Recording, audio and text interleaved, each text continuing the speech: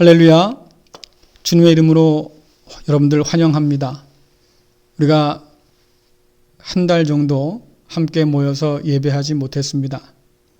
늘 그것이 안타깝고 마음이 무거웠는데 이렇게 영상으로나마 만나서 예배하게 되어서 참 기쁘고 감사합니다. 어려운 시대지만 그러나 여러분 있는 자리에서 하나님을 예배하는 그런 귀한 은혜가 있기를 바랍니다. 다 함께 마음 정돈하시고 묵상하면서 사순절 넷째 주일 예배 하나님께 드리겠습니다.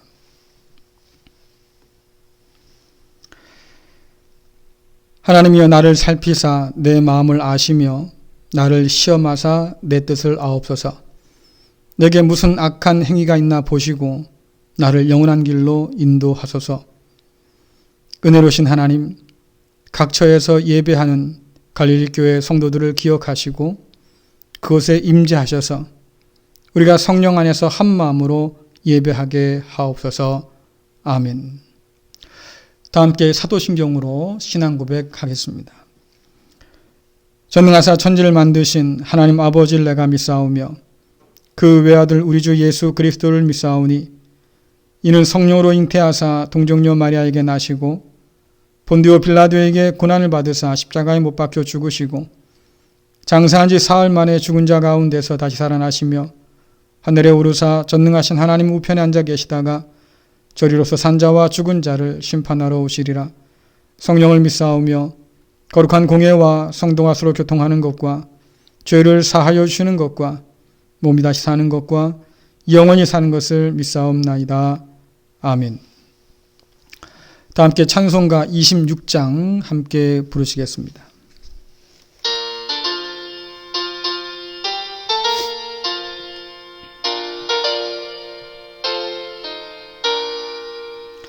구세주를 아는 이들 찬송하고 찬송하세. 마음과 뜻과 힘 다하여 경배 드리세. 주를 알지 못한 이들 주가 친히 인도하사 그의 피로 구속하니 찬송 부르세. 약한 사람 도움받아 시험 중에 참게 되니 모든 죄를 이길 힘은 믿음뿐이라.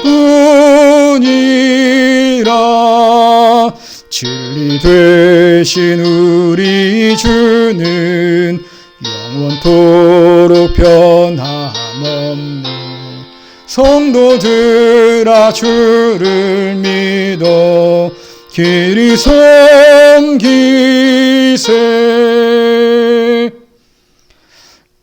함께 기도드리겠습니다.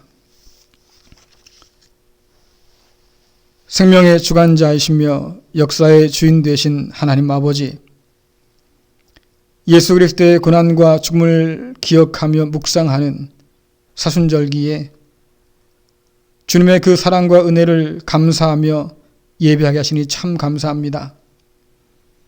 우리의 죄를 사해주기 위해서 이 땅에 오신 주님을 기억하게 하시고 그 사랑이 우리의 마음을 채워서 하나님을 사랑하는 은혜가 있도록 인도하여 주옵소서. 코로나19로 인해서 죽음의 두려움 앞에 우리가 서 있습니다. 하나님의 은혜가 아니면 우리가 살 수 없음을 고백합니다. 하나님의 붙들어 주심이 아니면 우리는 넘어질 수밖에 없는 나약한 존재임을 다시 한번 고백합니다. 하나님, 연약한 우리를 기억하여 주시고 긍휼히 여겨 주셔서 이 어려움 가운데 하나님을 더욱 신뢰하며 살아갈 수 있도록 인도하여 주옵소서. 삶이 어렵고 힘들 때마다 주님의 고난을 기억하도록 인도하여 주시고 십자가의 사랑을 기억하도록 인도하여 주시고 그 사랑에 붙들려 살아갈 수 있도록 은혜와 믿음을 더하여 주옵소서. 코로나19로 인하여서 많은 이들이 고난 가운데 있습니다. 특별히 어려움을 겪고 있는 장애인들, 노숙자들, 이주 노동자들, 저소득 가정들, 또한 자립하지 못한 여러 개척교회들, 아버지 하나님, 저들의 연약함과 또한 부족함을 살펴주셔서 도움이 끊이지 않도록 인도하여 주시고, 믿는 이들이 그리스도 예수의 몸된 공동체를 기억하면서 서로 돕고 사랑하며 이 어려운 때를 지날 수 있도록 인도하여 주옵소서. 치료 백신이 속히 개발되도록 인도하여 주시고, 또한 치료와 예방을 위해서 애쓰는 많은 이들을 주께서 기억하여 주셔서 저들이 강건할 수 있도록 붙들어 주시며, 저들의 섬김을 통해서 많은 이들이 치유되고 구원받는 은혜가 있도록 주여 도와 주옵소서. 한국뿐 아니라 온 세계 곳곳에 코로나19로 말미암아서 혼란과 두려움이 휘몰아치고 있습니다. 그 가운데서 자기 보호를 위해서 이기심으로 차별하고 혐오하는 일들이 점점 늘어갑니다. 아버지 하나님, 어려울 때일수록 서로를 돕는 긍휼함을 덧입혀 주옵시며 서로 인내하고 또한 서로를 붙들어 주어서 이 모든 고난들을 이겨낼 수 있도록 주여 도와 주옵소서. 특별히 시련과 역경의 시기에 믿음으로 더 온전히 세워지는 갈릴리 교회 모든 성도들과 저들의 가정과 기업되도록 인도하여 주옵소서. 예수님의 이름으로 기도드리옵나이다. 아멘. 오늘 말씀 함께 읽겠습니다. 이사야서 43장 8절부터 13절까지 말씀입니다. 제가 가진 성경으로 구약성경 1020쪽에 있습니다. 제가 봉독해 드리겠습니다. 눈이 있어도 보지 못하고 귀가 있어도 듣지 못하는 백성을 이끌어내라. 열방은 모였으며 민족들이 회집하였는데 그들 중에 누가 이 일을 알려주며 이전 일들을 우리에게 들려주겠느냐. 그들이 그들의 증인을 세워서 자기들의 옳음을 나타내고 듣는 자들이 옳다고 말하게 하여 보라. 나 여호와가 말하노라. 너희는 나의 증인, 나의 종으로 택함을 입었나니 이는 너희가 나를 알고 믿으며 내가 그인 줄 깨닫게 하려 함이라. 나의 전에 지음을 받은 신이 없었느니라. 나의 후에도 없으리라. 나 곧 나는 여호와라. 나 외에 구원자가 없느니라. 내가 알려주었으며 구원하였으며 보였고 너희 중에 다른 신이 없었나니 그러므로 너희는 나의 증인이요 나는 하나님이니라. 여호와의 말씀이니라. 과연 태초로부터 나는 그이니 내 손에서 건질 자가 없도다. 내가 행하리니 누가 막으리요. 아멘. 할렐루야. 각 처에서 흩어져 예배하는 갈릴리 교회 모든 성도에게 주님의 평안을 전합니다. 우리 함께 인사 나누겠습니다. 사랑합니다. 축복합니다. 잘 됩니다. 한 번 더 인사 나눌까요? 사랑합니다. 축복합니다. 정말 보고 싶습니다. 네. 코로나19로 인해서 우리가 함께 모여 예배 드리지 못한 지 벌써 한 달이 되어 갑니다. 많은 나라들이 혼란에 빠져 있고 또 이 바이러스의 확산을 막기 위해서 지금 안간 힘을 쓰고 있지요. 이러한 상황 속에서 교회도 주일 예배를 가정 예배로 전환해서 드리고 있습니다. 사회적 요청에 따라서 우리가 응답한 겁니다. 상황이 나아지는 대로 다시 모일 수 있겠지만 앞으로 이런 상황들이 자주 있을 거란 예상 때문에 마음이 참 무겁습니다. 함께 모여서 예배하지 못하는 이 상황 때문에 우리는 여러 가지 생각을 갖게 됩니다. 모이게 힘써야 하는 교회가 모이지 못하면 어떻게 될까? 모일 수 없다면 과연 교회일까? 흩어져 있는 우리는 또 어떻게 살아야 할까? 이러저런 질문들이 우리를 괴롭히지요.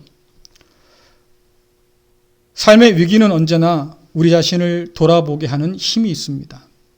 자신을 성찰할 시간을 우리에게 줍니다. 새로운 상황들 속에서 우리는 당황하지만 그러나 언제나 그랬던 것처럼 우리는 답을 찾아낼 것입니다.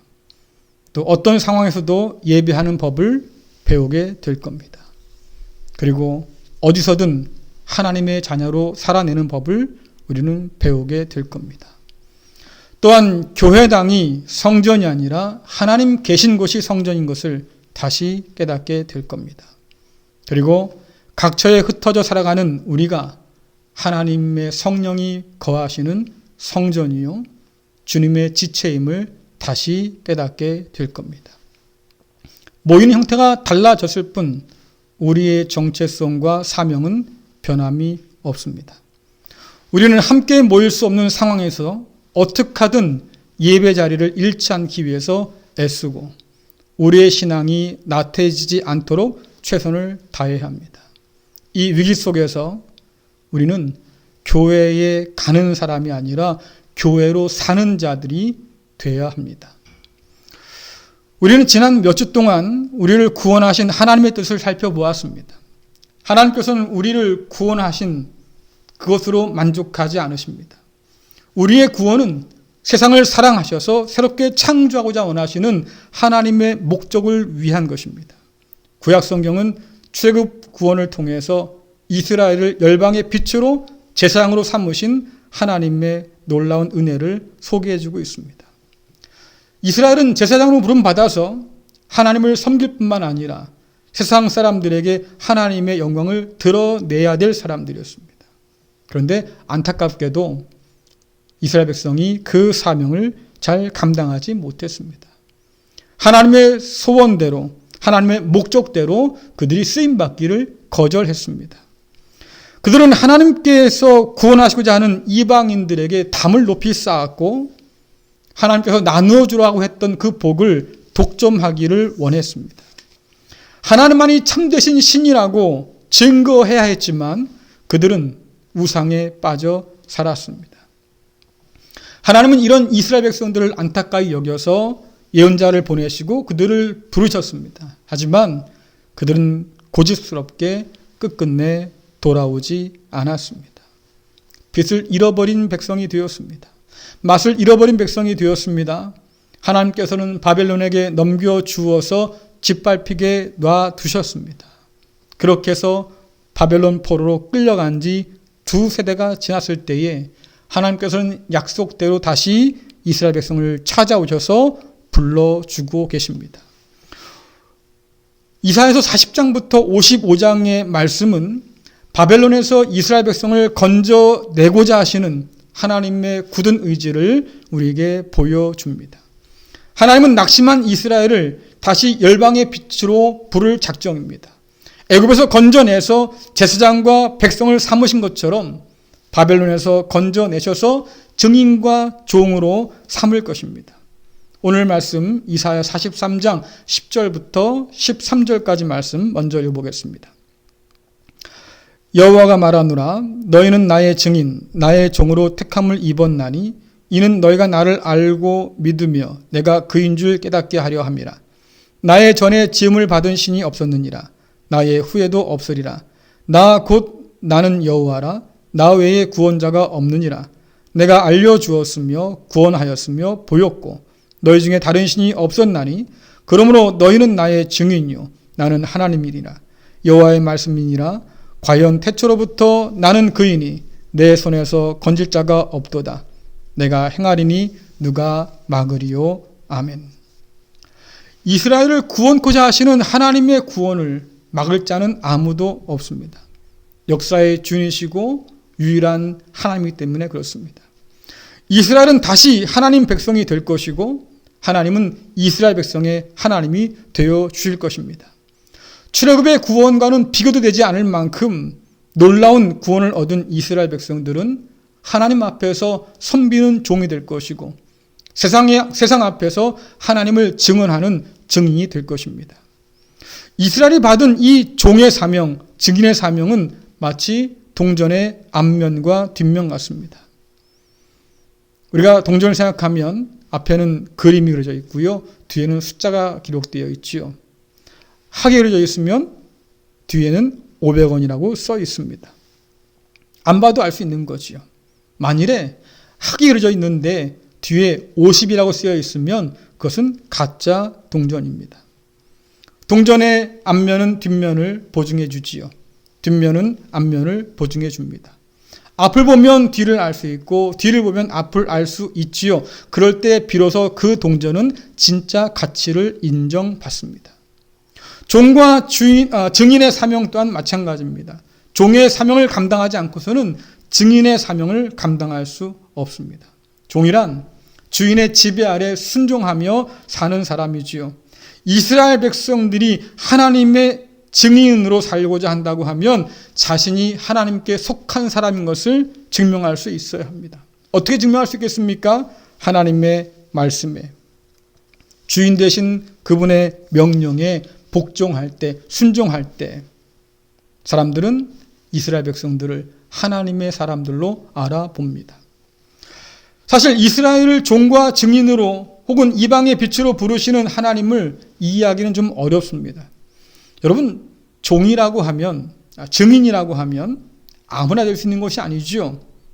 증인에게 요구되는 것은 진실입니다. 본 대로, 들은 대로 가감없이 말하는 것, 그것이 바로 증인이지요.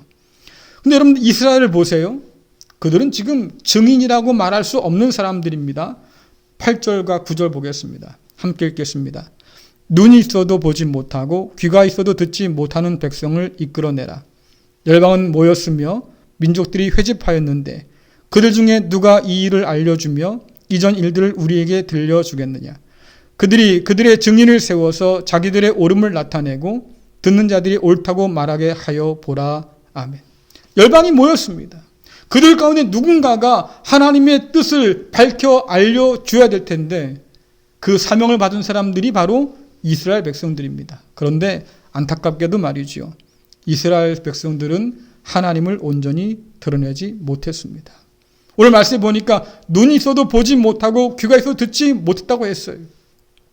모인 열방과 다름없이 그들도 하나님을 드러내지 못하는 백성이었습니다.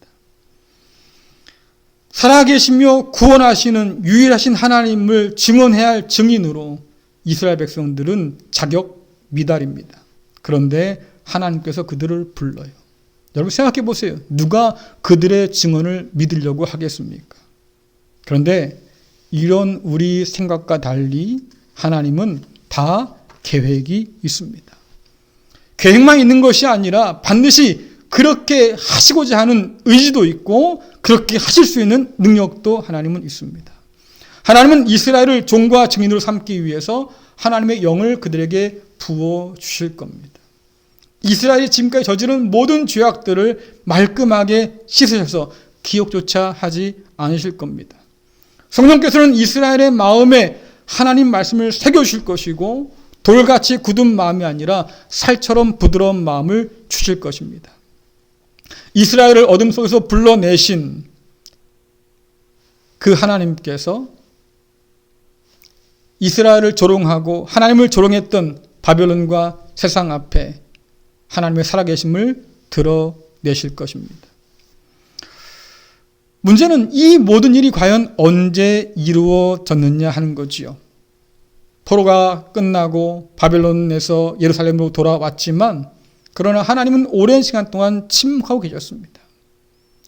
많은 유대인들이 하나님 이 약속을 언제 이루어질 거냐고 그렇게 간절히 기도했지만 그러나 하나님은 침묵하셨습니다. 그런데 마침내 때가 되어서 하나님께서 친히 그 아들을 우리에게 보내주신 사건이 신약 성경 가운데 기록되어 있습니다.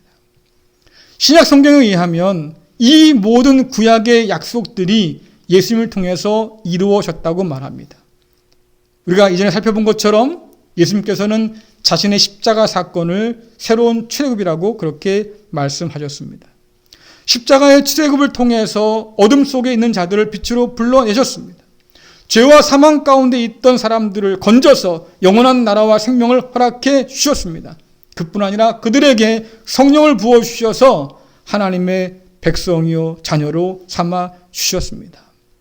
더 나아가서 세상 앞에서 하나님의 구원의 은혜를 증거하라고 증인으로 세워주셨습니다. 십자가의 사랑으로 생명을 얻은 우리는 제사장 혹은 거룩한 백성, 세상의 빛과 소금이라고 불립니다. 우리의 구원으로 만족할 사람이 아니라 하나님의 더 큰 계획을 위해서 종과 증인으로 헌신할 사람이라고 성경은 말해주고 있습니다. 누가복음 24장 47절부터 49절의 말씀을 보겠습니다. 예루살렘으로부터 시작하여 모든 민족에게 그리스도의 이름으로 죄를 용서받는 회개가 전파되어야 할 것이다. 너희는 이 일의 증인이다. 보아라, 내 아버지께서 약속하신 것을 너희에게 보낸다. 그러므로 너희는 높은 곳에서 오는 능력을 입을 때까지 이 성에 머물러라. 주님께서 부활하신 다음에 숨어있던 제자들을 불러내셨습니다. 그리고 그들에게 성경의 모든 것들이 다 이루어졌다고 하는 것을 알려주셨습니다. 그리스도 예수의 십자가를 통해서 하나님의 구원이 이루어졌고 새로운 출애굽이 이루어졌고 이제는 하나님의 백성들이 하나님의 뜻에 따라 살 수 있다고 우리에게 분명히 말씀해 주십니다. 남은 게 뭡니까? 이제는 이 놀라운 구원의 소식들을 세상 가운데 전한 일입니다. 그것이 제자들에게 남겨진 일이었지요. 이 일을 위해서 주님께서는 비록 배반했지만 어둠 속으로 도망쳤지만 그래서 숨어버렸지만 그 제자들을 다시 찾아서 불러내셨습니다. 이 일을 위해서 주님께서는 교회를 핍박했던 바울을 불러내셨습니다. 그뿐입니까? 하나님을 알지도 못하고 감사하지도 않고 영광을 돌리지도 않았던 저와 여러분을 그 놀라운 사명 가운데로 불러주셨습니다. 그래서 성경은 우리를 증인이라고 말합니다. 여러분, 증인이라고 하면 법정에 서야 되는 거잖아요. 유명한 학자인 영국의 존 스토트 박사가 그런 말을 했습니다. 주님께서는 가야바의 유대 법정과 빌라도의 로마 법정에 섰던 것처럼 오늘날 세상의 법정에 서 계신다. 여전히 세상은 주님을 판단하고 정죄하고 있다고 하는 거지요. 유대 법정과 로마 법정에서 주님은 거짓 증인들을 통해서 불의한 판결을 받았습니다. 결국 십자가에 못 박아 죽게 되셨습니다. 세상의 법정 역시 말이지요. 거짓 증인들로 오늘날 가득 차 있지 않습니까? 주님을 부인하는 수많은 세상의 철학들, 이념들, 이론들을 한번 보세요. 세상을 등에 업고 말입니다. 뻔뻔하게 주님을 부인하고 하나님을 대적하는 사람들 한번 보세요. 이런 세상 법정이 곧 하나님의 법정 앞에 서서 심판받을 때가 반드시 올 겁니다. 그런데 그날이 오기 전까지는 증인으로 부름받은 저와 여러분은, 교회는, 성도는 이 세상 법정 앞에서 예수님을 증언하는 증인으로 서야 합니다. 이미 사도뿐만 아니라 수많은 믿음의 선배님들이 그곳에 서서 그리스도 예수를 담대하게 증거했습니다. 그로 인해서 핍박도 당했고 심지어 죽임도 당했지만 그들은 물러서지 않았습니다. 이제 우리 차례죠. 여러분, 우리는 이 증인의 사명을 잘 감당하고 있을까요? 우리는 말합니다. 그래요. 그래서 우리는 여전히 전도하고 있지 않습니까? 온 세상 다 반대해도 말이죠. 오늘 우리가 모여서 예배하지 않습니까? 맞아요. 한국교회만큼 말입니다. 예배하며 전도하는 데 열심 나라 또 없지요. 그런데 세상이 우리에게 뭐라고 합니까? 우리들의 증언을 믿을 수가 없다고 해요. 증언하는 우리가 믿음지 않다고 합니다. 자기만 안다고, 이기적이라고, 무례한 사람이라고 우리에게 말하지 않습니까? 물론 악에 찬 비난일 수 있습니다. 근거 없는 비난들이죠. 그런데 그 억울함을 잠시 내려놓고 곰곰이 생각해 보세요. 주님 말씀 앞에서 우리 자신을 비춰보세요. 마태복음 7장 21절 말씀입니다. 나더러 주여 주여 하는 자마다 천국에 들어가는 것이 아니요 다만 하늘에 계신 내 아버지의 뜻대로 행하는 자라야 들어가리라. 이 말씀에 우리를 비춰본다고 하면 세상 사람들의 비난과 세상 사람들의 비웃음을 다 뒤로 하고 이 말씀 앞에서 정직하게 우리를 비춰본다고 하면 여러분 어떤 결과를 얻을까요? 주님의 이름으로 선지자 노릇하고 귀신을 쫓기도 하고 많은 권능을 행한다고 해도 그것만 가지고 우리가 하나님의 종이요 백성이요 자녀라고 하는 것이 증명되지 않는다고 말씀하고 있습니다. 하나님의 뜻을 따라서 행하지 않는다고 하면 이웃을 배려하고 섬기는 삶이 아니라고 하면 그 어떤 그 모든 열심에도 불구하고 우리가 빈 껍데기라고 성경은 말해주고 있습니다. 우리가 잘 아는 말씀처럼 말이죠. 행함이 없는 믿음은 죽은 믿음이다 라고 합니다. 앞면만 있는 동전은 가짜인 것처럼 순종하는 종의 삶을 살지 못한다고 하면 우리는 증인의 사명도 제대로 감당할 수 없다고 성경은 말해주고 있습니다. 사랑하는 성도 여러분, 우리가 하나님의 자녀요 그리스도 예수에게 속한 사람이라고 하는 것은 오직 하나님 말씀에 순종할 때만 드러날 수 있습니다. 이것은 장소의 문제가 아니에요. 교회에서 열심히 섬길 수 있습니다. 귀한 일이지요. 그러나 우리가 살아가고 있는 이 세상 한복판에서도 우린 열심히 하나님을 섬기며 삽니까? 정직하게 삽니까? 하나님의 긍휼의 마음을 품고 말입니다. 이웃을 돌보며 삽니까? 이러한 삶의 증거들이 우리 삶 가운데 드러나야 한다고 말하고 있는 거죠. 바이러스의 확산을 막아야 하는 상황 속에서 많은 교회가 굳이 모여 예배드리겠다고 고집을 부리고 있어요. 그것으로 자신들의 신앙을 증명하겠다고 말하고 있습니다. 심지어 순교자 정신을 각오한다고 말하고 있어요. 그런데 저는 그런 생각이 들어요. 이게 과연 지혜로운 일입니까? 오히려 모두를 위해서 양보하고 각자가 선 그곳에서 힘을 다해서 하나님을 예배하는 것이야말로 세상을 향한 주님의 섬김을 본받는 것이 아닐까요?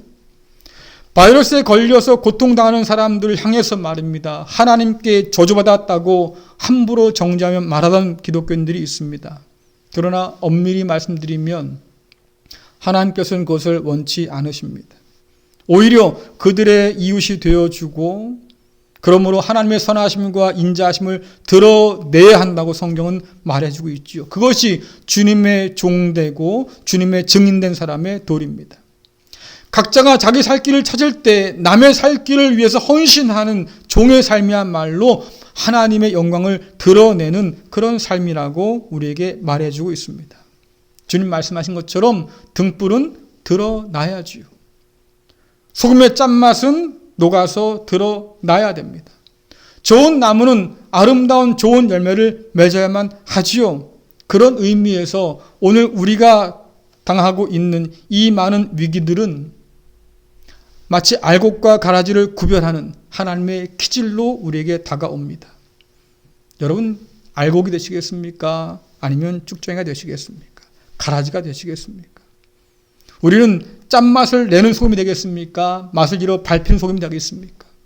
우리는 어둠을 밝히는 등불이 되겠습니까? 아니면 그 불빛을 감추어서 어둠 밝히지 못하는 안타까운 사람이 되겠습니까? 선택해야 됩니다. 판단해야 됩니다. 돕는 손과 발은 밖을 향해야겠지만 그러나 자신을 바라보는 눈을 통해서 회개해야 됩니다. 사랑하는 성도 여러분, 구원을 받은 마땅한 모습으로 삽시다. 하나님의 종으로 순종하면서 증인의 사명을 감당합시다.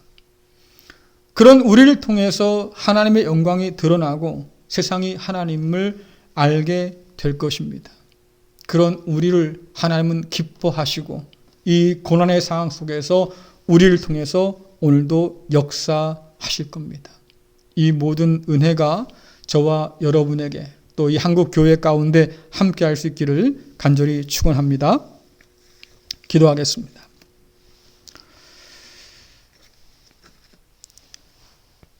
십자가의 은혜로 우리를 자녀 삼으신 하나님 아버지, 구원의 은혜를 받은 우리가 하나님의 기쁨을 위해 살기를 간절히 원합니다. 말씀에 순종하는 종의 삶으로 하나님을 세상에 증거하는 증인의 사명을 감당하도록 인도하여 주옵소서. 성령을 통해 우리를 인도하여 주시고 이 세상 어려움 앞에 굴복하지 않도록 인도하여 주시고 그리스도 예수의 지체로 섬기며 살아갈 수 있도록 우리를 붙들어 주옵소서. 예수님의 이름으로 기도드립니다. 아멘. 다 함께 찬송가 211장 함께 부르시겠습니다.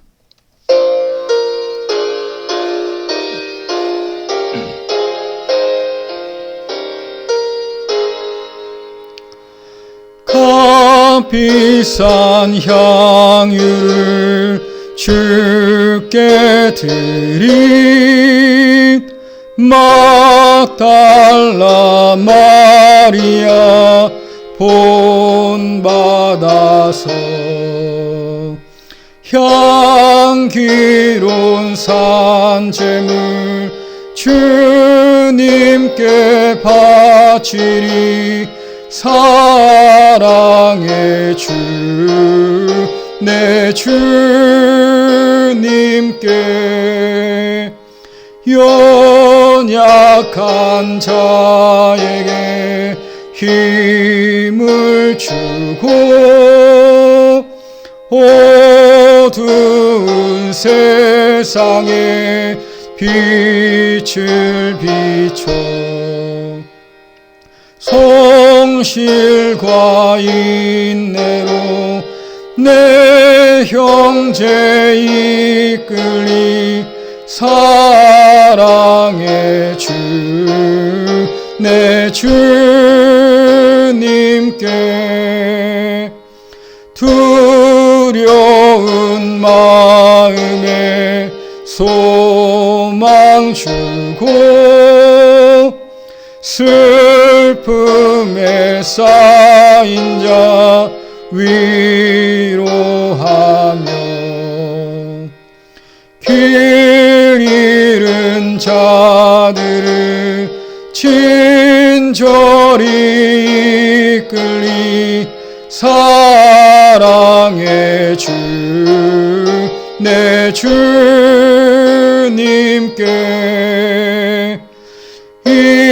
인생의 황후히 깃들어서 이 땅의 수고가 끝날 때에 주님을 섬기다 평안히 가리라 사랑의 주 내 주님께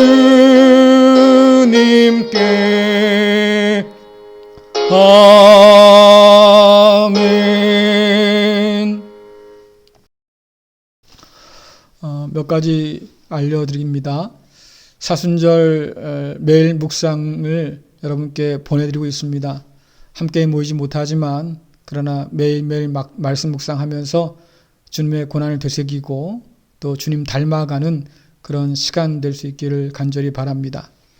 또 우리가 함께 모일 수 있는 날이 곧 다가올 겁니다. 그때까지 건강하시고 서로 격려하시면서 어려움들을 이겨내면 좋겠고요.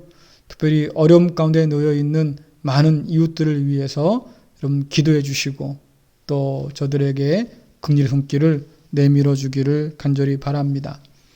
그리고 영상 예배가 계속해서 이제 제공될 겁니다. 모쪼록 시간을 정하셔서 가족이 함께 영상 예배할 수 있도록 힘써 주시면 좋겠고요.